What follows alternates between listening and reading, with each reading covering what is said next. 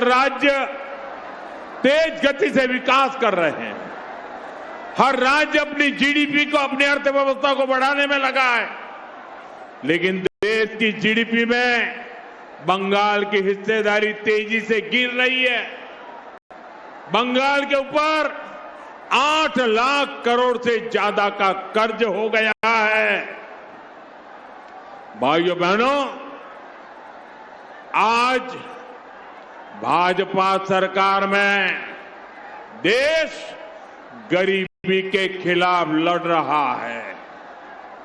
25 करोड़ से ज्यादा लोगों को हमने गरीबी से बाहर निकाला है, क्योंकि लोगों की आमदनी बढ़ी है, लेकिन बंगाल में लोगों की कमाई देश के औसत से काफी पीछे चली गई है।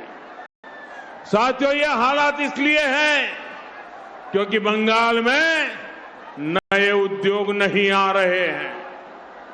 टीएमसी का कट कमीशन, करप्शन और सिंडिकेट, इसके कारण हजारों कंपनियां बंगाल छोड़कर चली गई है। लाखों नौकरियां यहां खत्म हो गई है। युवाओं को अपना घर छोड़कर दूसरे राज्यों में जाना पड़ रहा है। साथियों, बंगाल का युवा रोजगार की तलाश में उधर उधर भटकता है और टीएमसी नेताओं के ठिकानों से करोड़ों रुपए बरामद होते हैं। आप एसएससी भर्ती घोटाले को याद करिए। बंगाल के लाखों युवाओं को इस निर्मम सरकार ने ठगा और जब जांच हुई तो बंगाल के शिक्षा मंत्री के करीबी के घर से करोड़ों रुपए कैश बरामद हुए।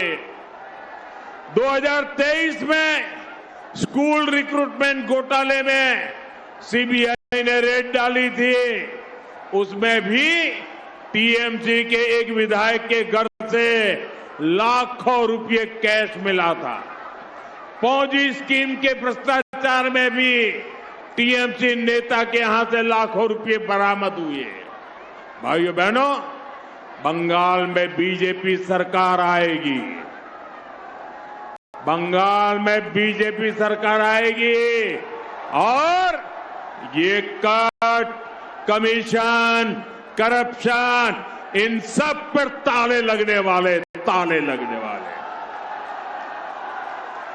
बंगाल में रोजगार के अनेक अवसर पैदा होंगे और हमने अपने घोषणा पत्र में स्पष्ट कर दिया है, सरकार बनने के 45 दिनों के भीतर, याद रखो, 45 दिनों के अंदर सरकारी कर्मचारियों को 7वें वेतन आयोग का लाभ भी मिलेगा। केंद्र सरकार ने 8वें वेतन आयोग का भी गठन किया है। बीजेपी सरकार में जब 8वें कमीशन की रिपोर्ट आएगी तो बीजेपी सरकार में बंगाल के कर्मचारी इसके लाभ से भी वंचित नहीं रहेंगे।